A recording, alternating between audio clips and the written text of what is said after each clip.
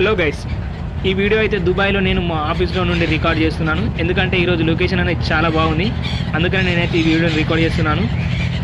కనిపించే బోట్లు అనేటివి వందరం బోట్ అండి. ఈ ఒడ్డు నుండి ఆ ఒడ్డుకు తీసుకుపోవడానికి వందరం తీసుకుంటారు. ఆల్మోస్ట్ ఇండియాలో 22 రూపీస్ అవుతాయి. ఈ కనిపించే కొంగలు చూడండి ఎంత బాగున్నాయో.